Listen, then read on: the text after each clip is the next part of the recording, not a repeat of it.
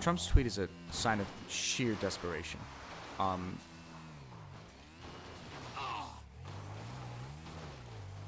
A lot of people are freaking out that it's like, oh my god, he's officially trying to turn the corner into fascism, and honestly, he just doesn't have the mechanisms to do it. And we were talking a lot about how Bill Barr may or may not be a neo-fascist, but like, ultimately, whatever he is extremely aware of the limitations of his position. And I don't think he's going to overplay his cards with Trump. There is a longer-term right-wing experiment in America, and I don't think Trump is the hill that Bill Barr wants to die on. So I think we're, like, apparently in the hearing before Congress, he specifically said that there was absolutely no reason to suspect that mail-in voting would lead to fraud. And that seems like a sign that he's going to start to... That he's starting to kind of distance himself from, at least from the re-election experiment, or the re-election, that he's trying to distance himself from specifically the attempt to win re-election by stealing it. At least through overt election fraud, right? Set up a board. So yeah, I don't think Barr is gonna try to. Obviously, he's gonna try and intervene with the election, and there's an entire Republican apparatus for doing that. Why do these guys, the O'Neills, want you dead anyway? But there's no apparatus for directly interfering with the process of an election taking place. It's never happened before. There's nothing to make it happen, and there's no legal precedent for it. That model's fitted with a thermal scope. Look for their heat signatures. So it would just be a mistake to try and do that without... I don't think Barr has a particularly compelling reason to try to stop the election from happening in the way that he almost definitely is trying to interfere with the results of it, right? Because one's a lot easier to do than the other, because there's an entire network of Republican institutions for interfering with things like turnout and participation in an election. You want it? Sure. As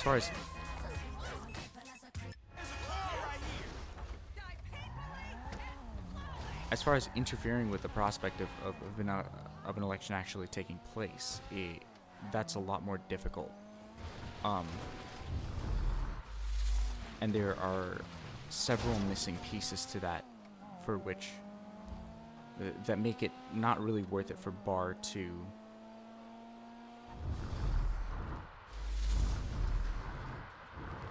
basically puppet himself out to Trump for this. And I think this is the hill that he's not going to want to die on, especially considering, like, there's a larger authoritarian project that needs protecting, and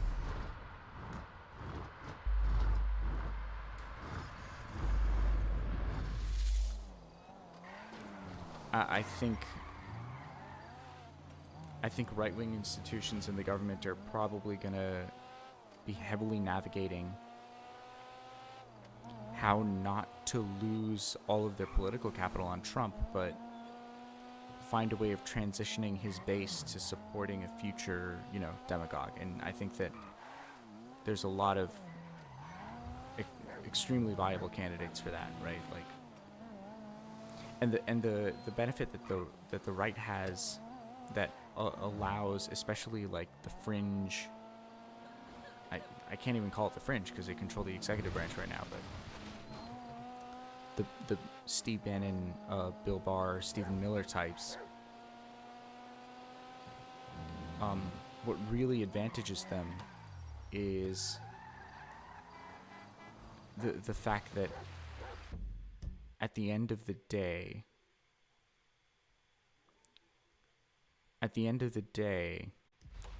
Trump voters will turn out to vote for Republicans. In a way, in a way that, you know, Democrats can't rely on voters like me to turn out. And that gives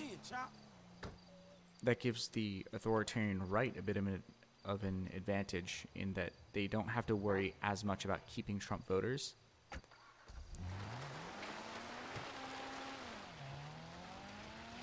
As, you know, what's really interesting and scary is, I think the one thing that would prompt Barr to really try and interfere with, like, the election in the way that Trump is suggesting would be, if an unforeseen vacancy happened on the Supreme Court. I'm not sure if one is enough, though. I think it would have to be RBG and Breyer in the next 4 months, and, like, basically both of them wind up not being on the court anymore. And, like, that would be, I don't know, with, like, a Naomi Rao on the Supreme Court, I have no idea what... Thank you so much. You saved me from the worst decision of my life. But, you know, can't knock on enough wood in the world. That's not going to be a thing. But, barring that, no pun intended, I really don't see... I really don't see a path to not stealing the election, to canceling it. Man, you got off lucky, homie.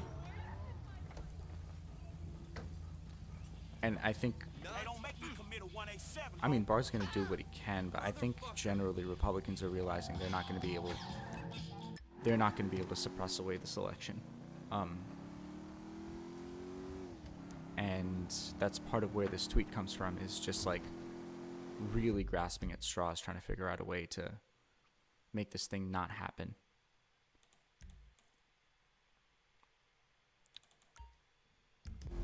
Who knows? You know, the truth is Bill Barr is a lot more educated and smarter than I am, so he's a lot cleverer and, you know, than most people, and a horrifying person to be in that position of power. So who knows? But everything kind of hinges on him, and I think everything kind of, in the way I see it, his decision hinges pretty much on like a disaster happening in the Supreme Court. Otherwise, I don't really see him going through with this. I think mostly Trump's just desperate, and it's pretty important for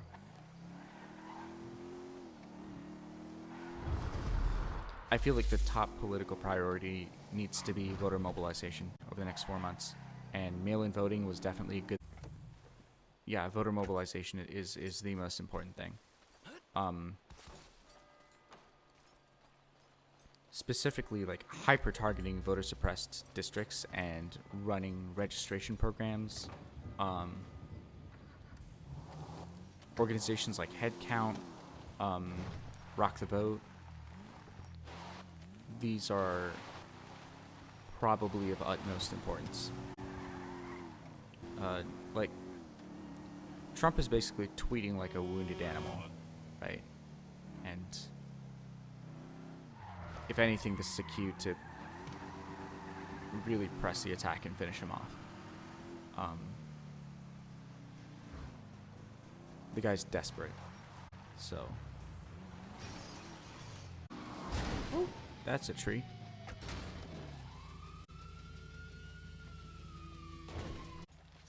It's not really like, the truth is, if you're surprised that Trump's trying to cancel an election, or if you're like terrified that Trump's trying to cancel an election, you either haven't been paying attention, or you're just like. So a lot of anti-Trump media, like, I think one of the problems that anti-Trump media has is it's trying to create a culture of, like, radically refusing to normalize his behavior, which is, I understand that motivation, and I think it's, you know, it's a valid and it's a sound, like, it's a good point, right? We shouldn't normalize this. We should never normalize this, but the issue is they're kind of normalizing and desensitizing the actual outrage by treating every single Trump tweet as the de facto end of democracy.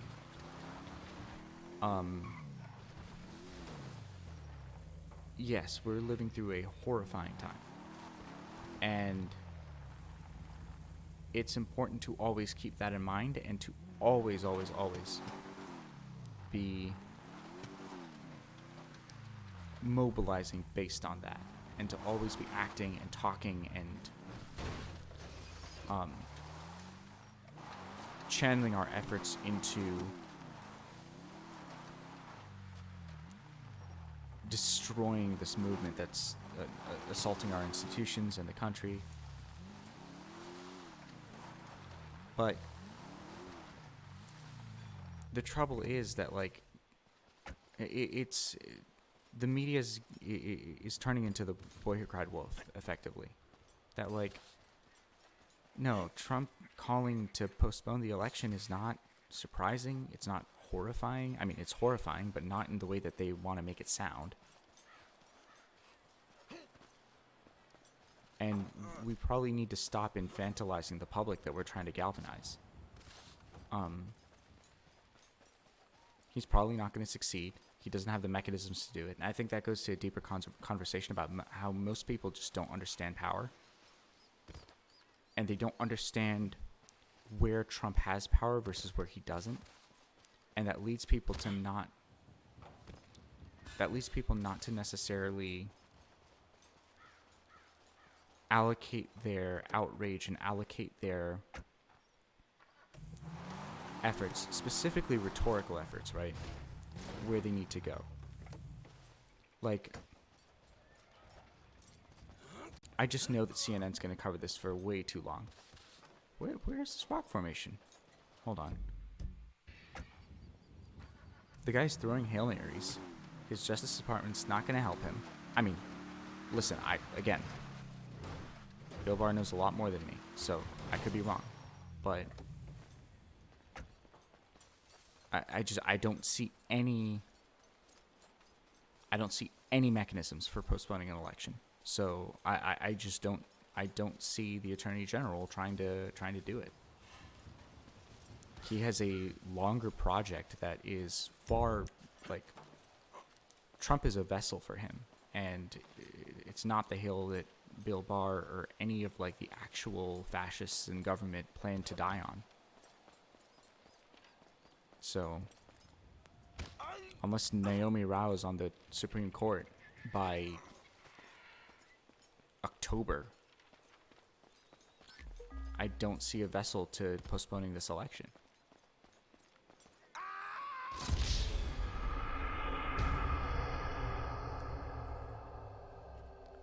I just got propelled. I think maybe there was a jetpack in Franklin's jumpsuit, because that was insane. When Trump said something about undocumented immigrants, that should get you scared, because we have a 40-year-long project in which we've been waging war against immigrants from the southern border. When ICE and the administration issue a directive on foreign student visas, we should obviously place that in context of the larger experiment. But even that, like, you shouldn't be having a full-fledged freakout. It's not going to succeed, mostly because... Wow. It's not going to succeed mostly because private universities are a huge, huge vessel of capital. There's a lot of power in private academia. There's a lot of money in private academia. And the way that most of these private universities stay afloat is off international students, who tend to be richer, require less financial aid, and more willing to immigrate to the U.S. and pay a huge sums of money. So while ICE does have conversational, like, Overton window memes that it's trying to push, international students were never at significant risk, mostly because there's too much capital that relies on them. They bring a lot of money into the country, and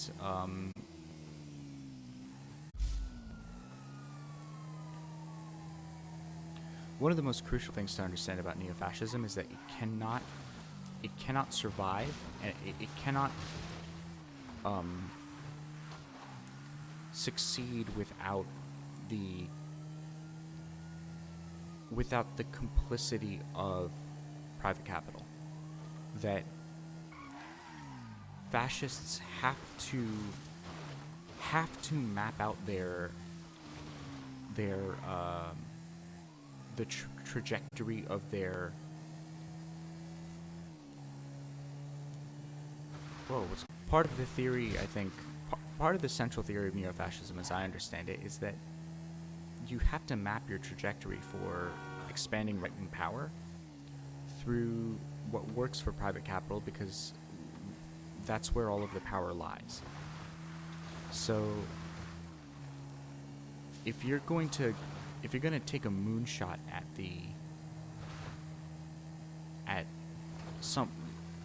a group as wealthy and important to such a big industry as folks on student visas, like, I don't think ICE was expecting anything out of that, right? They were kind of testing the waters for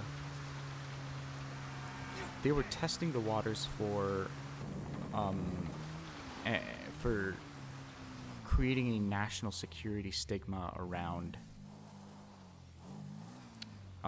what they refer to as legal immigrants, right? So, like, documented residents and immigrants. But that was never going to happen. Like, the administration was always going to rescind it because there's just too many people with too much money in private universities, but also who are regular donors to the Republican Party.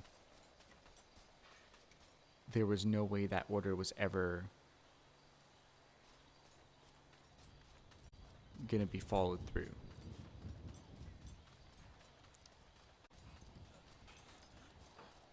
So it's important not to freak out over every single authoritarian, like, tweet. And to have a slightly more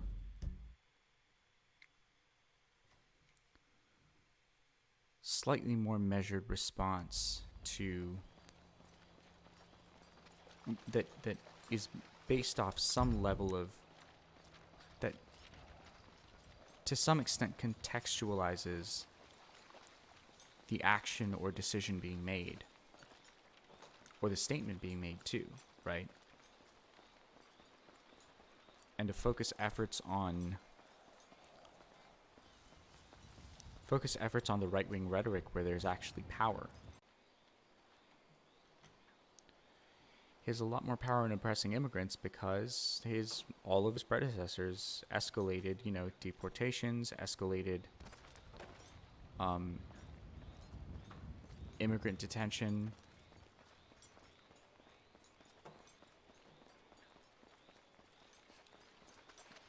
Where the hell is this thing? Oh, jeez. It's not by the wooden boat. It's far away. Alright. Similarly, like,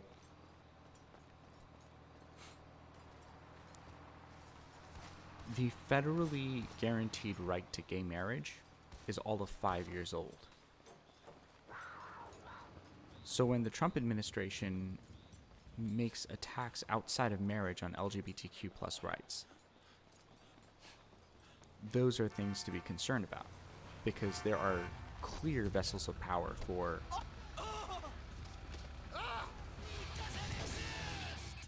there are Right. It's on, Sean. innumerable legal mechanisms for effecting that kind of persecution.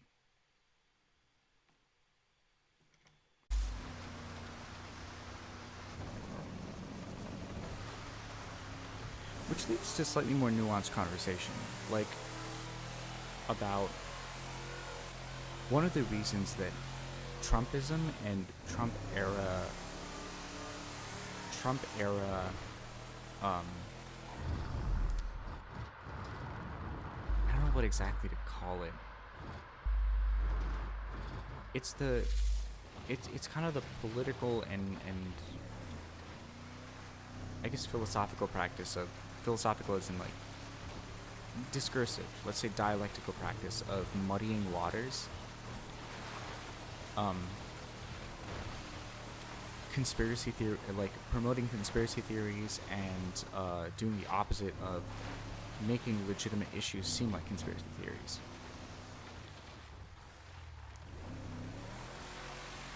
Drain the Swamp is actually a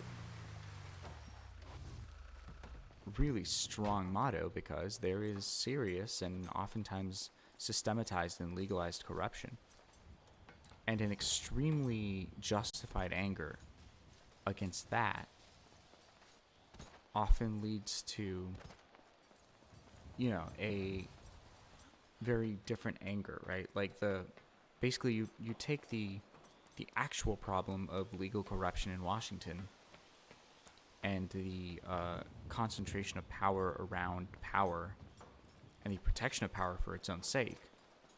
These are all legitimate issues.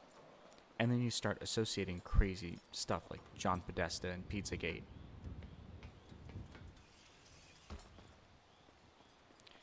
In a similar fashion,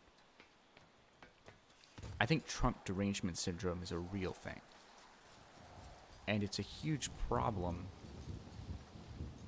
but it isn't what Republicans and libertarians and conservatives want you to think it is.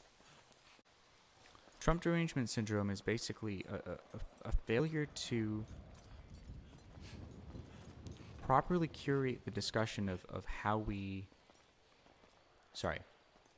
It's the failure to properly curate the outrage around Trump.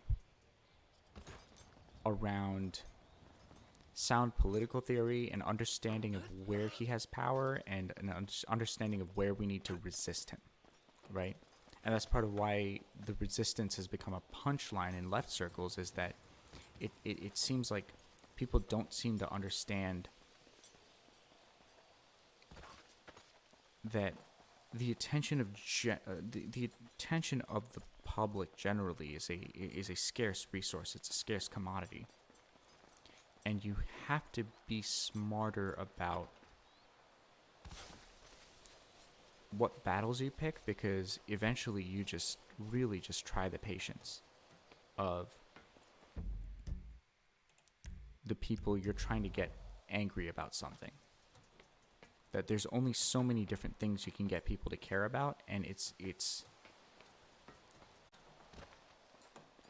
pivotal to make sure that you're getting people angry about the right things. So in that sense, Trump derangement syndrome is real, in that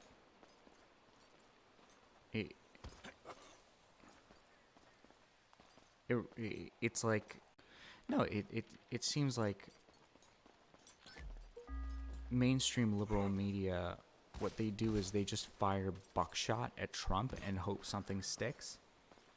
And it seems really unwise, considering that patience for outrage against Trump is a very, very scarce commodity, because most people, like, at the end of the day, like, most people have 16 hours in the day and 12 of them are caught up doing something else. And if you're going to occupy someone's time and try and get them angry about something, like, you got to make it good. You got to make it worth their time. And I'm sorry, and that sounds really... It sounds really reality TV like. When you get people outraged about something, you should do it on... They only have the patience to get outraged about a couple things. You should make sure they get outraged on the things that like we actually need to fight on. The things that are worth fighting for. On its way, sir. And the Thanks for battles, calling. not Sounds the good. battles we can win, obviously the battles we can win, but the battles that they can win if we don't actually fight, right?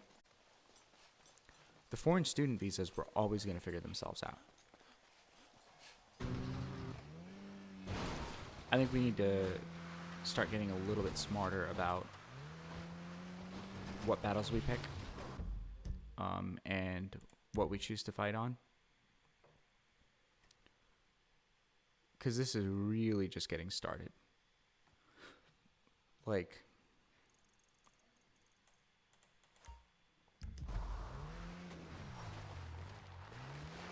Trump is probably not going anywhere.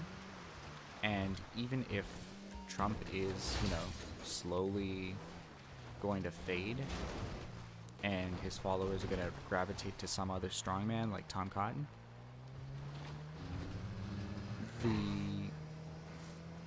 fascist experiment in America is definitely not going anywhere. And part of it is because of people like Barr who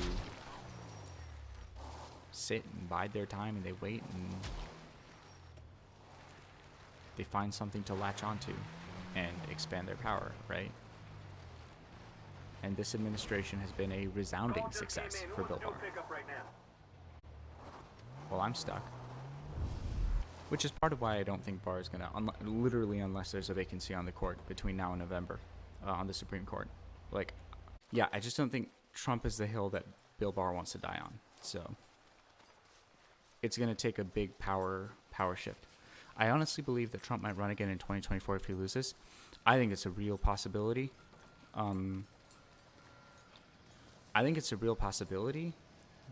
I think that there are neo-fascist institutions in the Republican Party that exist now to an extent that they didn't in 2016. And I'll be curious to see how intent they are on running Trump versus someone else. I'm not sure how feasible it would be, because Jesus, where is this thing?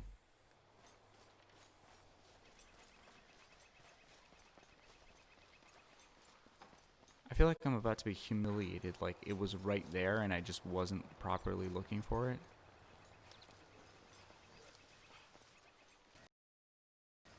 I'll be interested to find out, because the problem is that Trump has a very real popularity ceiling, and I'll be interested to see how long COVID sticks with him, whether he has a chance of winning another.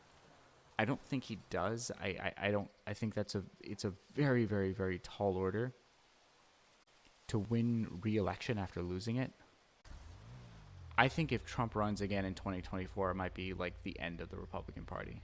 I don't know, but who knows? Maybe he wins the nomination again.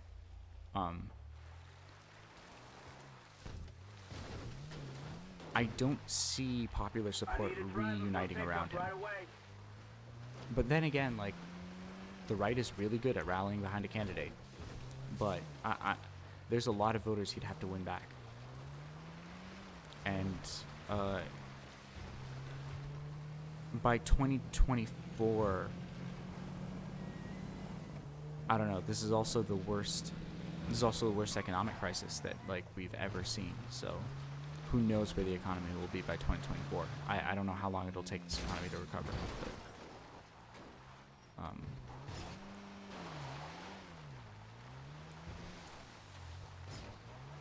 Can't you hear me coming? no, you can't. That's why he did that. Marianne, how I want to see you.